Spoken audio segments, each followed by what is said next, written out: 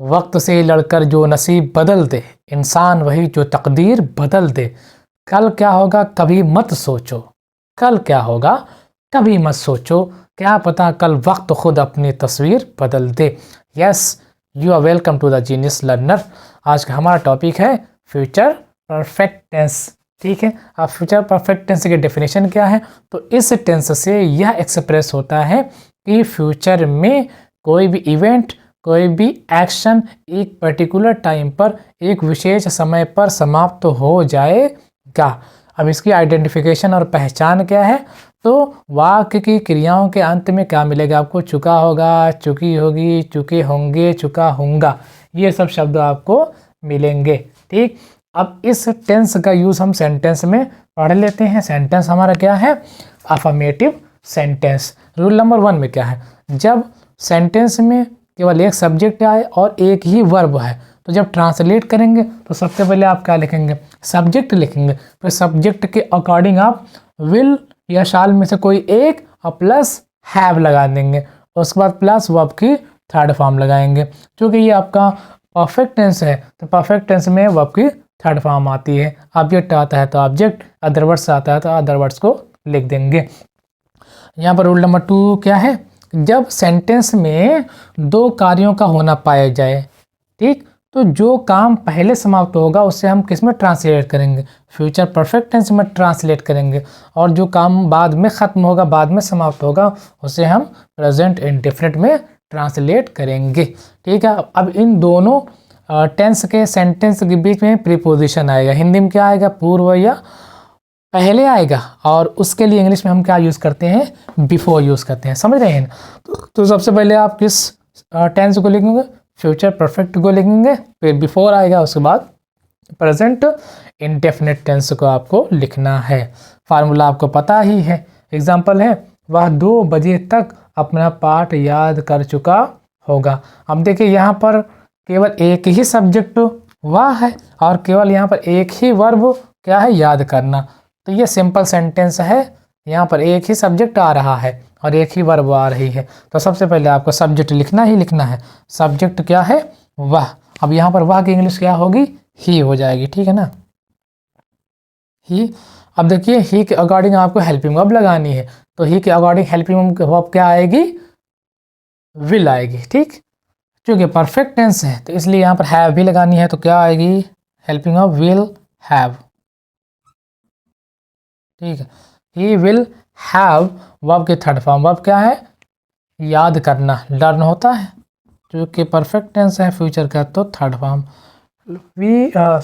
He will have learned अपना पाठ। अपना का क्या इंग्लिश क्या हो जाएगी? His lesson. यहाँ पर पर्टिकुलर टाइम क्या दिया है? समय क्या दिया है? 2 बजे तक। तक की यहाँ होगी बाय 2 o'clock। ठीक है, ये आपका है।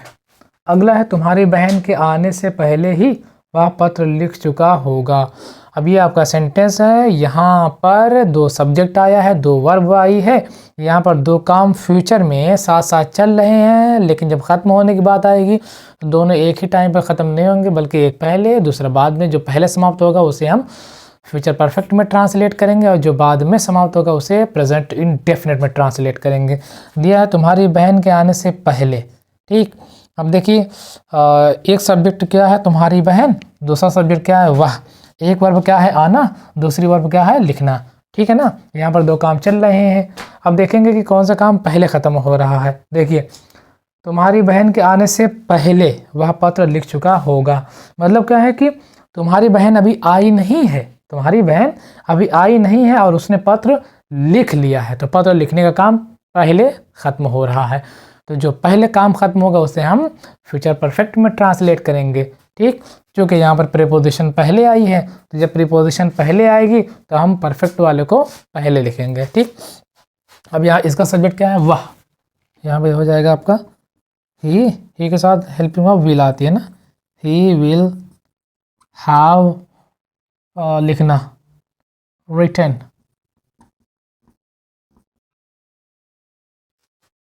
ही विल हैव रिटन लेटर, अब उसके बाद पहले की इंग्लिश ना बिफोर। अब देखिएगा ये आपका फ्यूचर परफेक्ट टेंस है। अब ये वाला काम तुम्हारी बहन के आने का काम बाद में हो रहा है, तो जो बाद में काम खत्म होगा उसको किस में ट्रांसलेट करेंगे, उसको प्रेजेंट इंडेफिनिट में ट्रांसलेट करेंगे, ठीक है ना।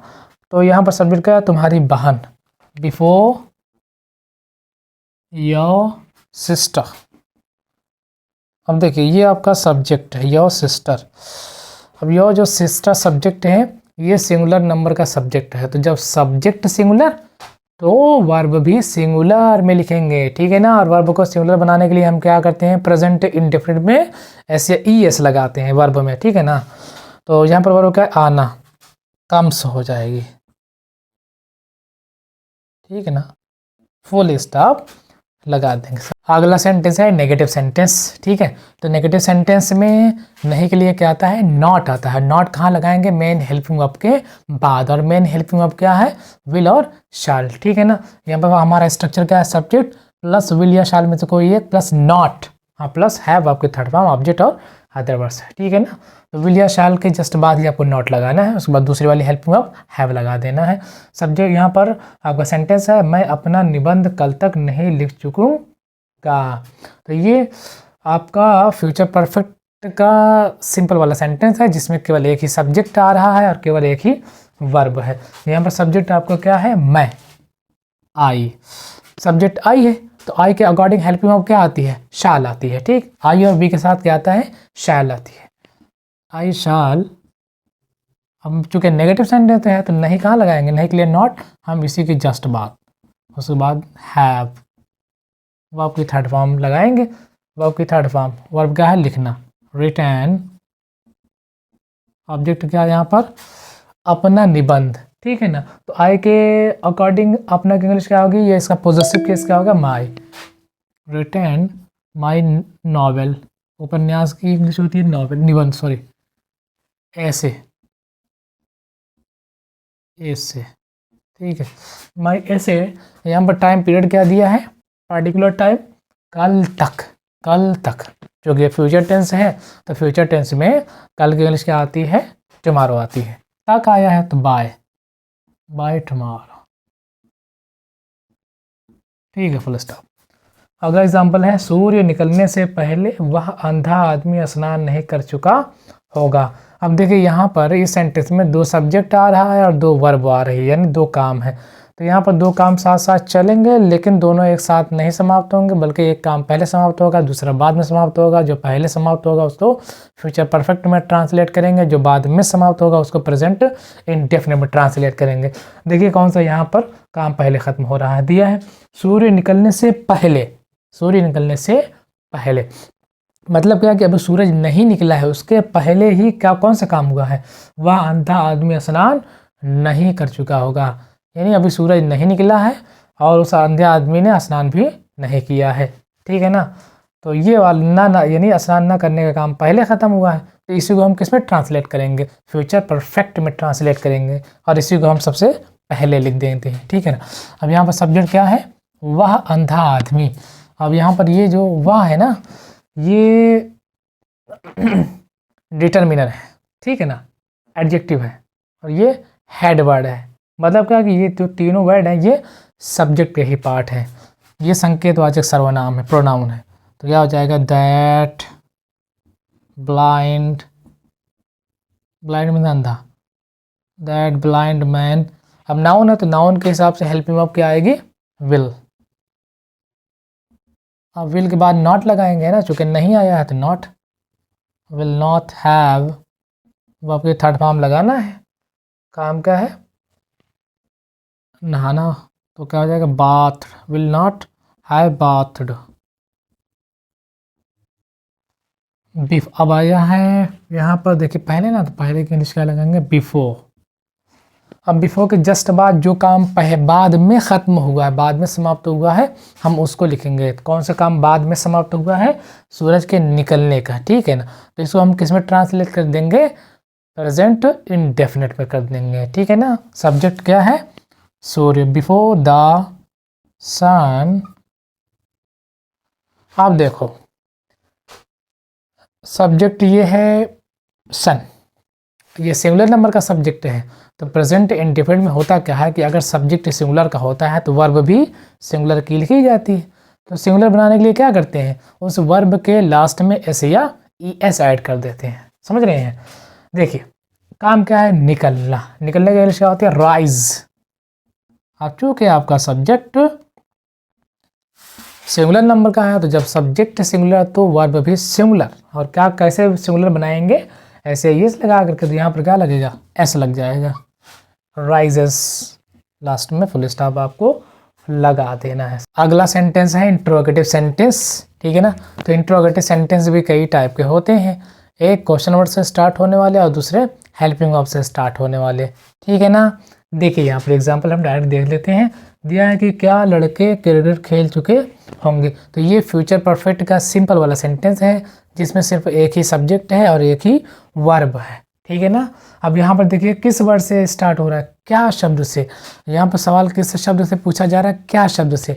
तो क्या शब्द के लिए वाट नहीं लगाएंगे, बल्कि हम विल या शाल में से किसी एक हेल्पिंग वर्ब का यूज़ करेंगे, ठीक है ना। वो भी सब्जेक्ट अकॉर्डिंग आएगा। सब्जेक्ट क्या है, लड़के। तो लड़के के हिसाब से यहाँ पर हम क्या शब्द के लिए क्या हेल्पिंग वर्ब लगाएंगे, विल।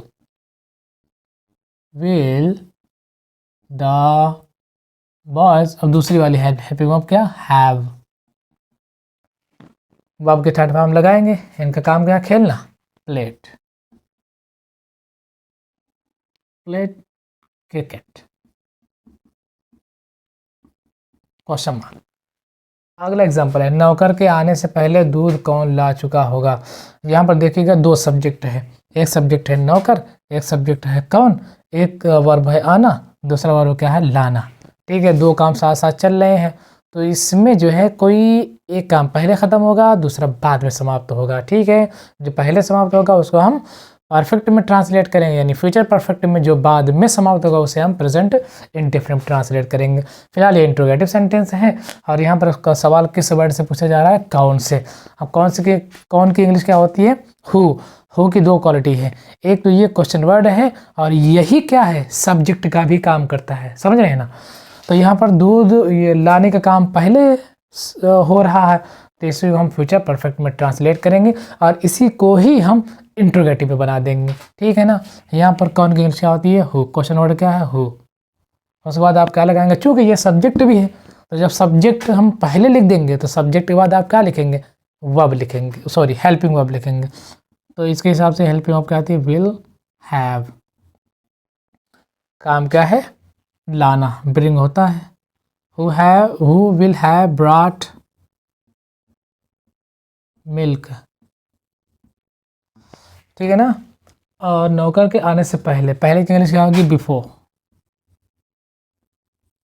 सब्जेक्ट क्या है दूसरे वाले सेंटेंस का, नौकर, बिफोर द सर्वेंट। देखिए सब्जेक्ट आपका क्या है, सर्वेंट है ना। सर्वेंट है नाउन, सिंगुलर नाउन। तो जब सब्जेक्ट सिंगुलर तो वर्ब भी सिंगुलर, क्या करेंगे, ऐसे यस लगाएंगे। वर्ब क्या है, काम का है, आना, काम होती है, आप क्या लगा देंगे, एस लगा देंगे, comes, before the servant comes, question mark. देखिए तीसरा एग्जांपल क्या है, मीरा के आने से पहले शीला किसकी पुस्तक पढ़ चुकेगी। अब यहाँ पर दो सब्जेक्ट है, एक मीरा है, दूसरा शीला है। एक काम है आना, दूसरा काम है पढ़ना, मतलब कि इसमें दो काम साथ साथ चल रहा है। इसमें एक काम पहले समाप्त होगा, दूसरा बाद में समाप्त होगा। जो पहले समाप्त होगा उसको फ्यूचर परफेक्ट में ट्रांसलेट करेंगे, जो बाद में समाप्त होगा उसे प्रेजेंट इंडेफिनिट में ट्रांसलेट करेंगे। यहाँ पर क्वेश्चन वर्ड क्या है, किसकी, किसी क्या, पुस्तक। अब ये किसकी जो वर्ड है ये किसी पर्सन के लिए आया है। जो हु है ना, ये हु का पोजेसिव फॉर्म है, ठीक। तो ये जो है पोजेसिव फॉर्म है। हम जब ट्रांसलेट करेंगे तो सबसे पहले किसकी की इंग्लिश लगाएंगे, तो क्या हो जाएगा, हुज। हुज क्या, हुज बुक। बुक नाउन है, इसी को इसको इसके जस्ट बगल में ही आप लिखेंगे, हुज बुक, है ना। अब हेल्पिंग वर्ब लगानी है, सब्जेक्ट के अकॉर्डिंग लगाएंगे। सब्जेक्ट है शीला, तो शीला के हिसाब से हेल्पिंग वर्ब विल। विल फिर सब्जेक्ट, उसके बाद दूसरी वाली helping of have, whose book will Sheela have पढ़ना, रेड मीरा के आने से पहले बिफोर,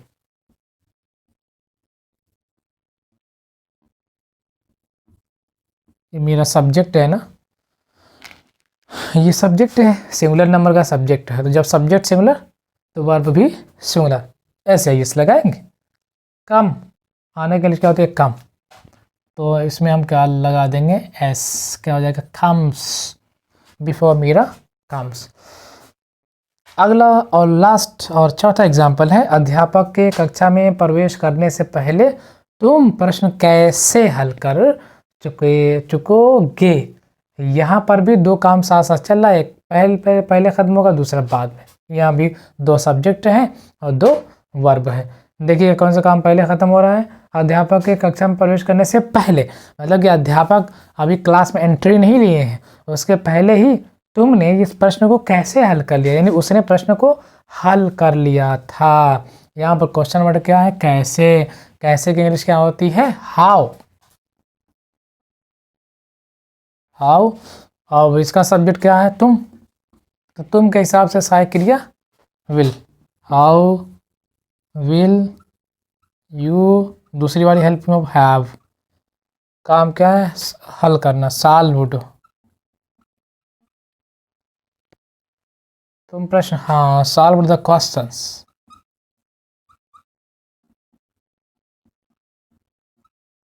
बिफोर।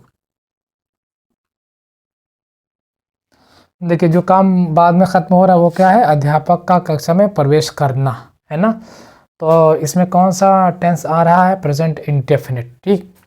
तो सब्जेक्ट क्या है टीचर, बिफोर द टीचर,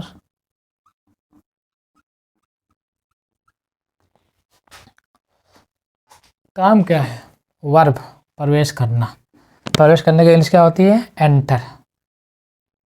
क्योंकि सब्जेक्ट आपका सिंगुलर नंबर का है, तो जब सब्जेक्ट सिंगुलर तो वर्ब भी सिंगुलर, क्या लगाएंगे एस लगा देंगे। तो the teacher enters the class, कक्षा या क्लास। लास्ट में आपको क्वेश्चन मार्क लगा देना है।